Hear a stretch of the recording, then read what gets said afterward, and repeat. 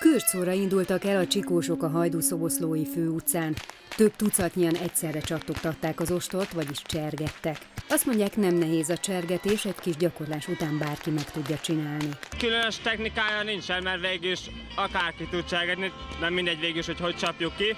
Váltjuk ezt a csapót, a csapó átlépi a hangsebességet és úgy szól akkor át. Kisgyerekek is kipróbálhatták a karikáns ostort, de nekik még nagyon fárasztó. Hát nehéz. Hogy már kipróbáltam, akkor utána meg már kicsit nehézül már kezem, akkor már nem fárad. Ez pedig már az anyósverés, a csergetés mellett a leglátványosabb csikós mutatvány. Ez a férfi évek óta gyakorolja már, most a lánya állt az ostor elé, rátekeredett a kötél. A saját lányom, úgyhogy az apai szigor most megvolt.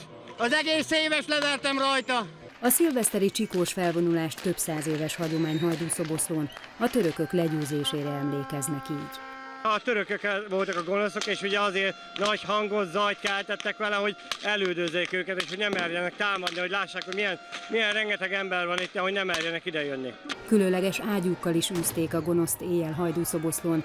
Mindenkinek ez a hatcsövű orgonaágyú tetszett a legjobban.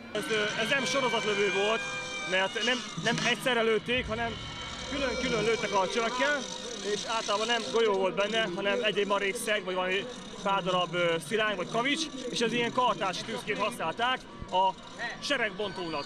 Éjfélkor hatalmas tűzijáték, aztán hajnalig utcabál is volt a belvárosban.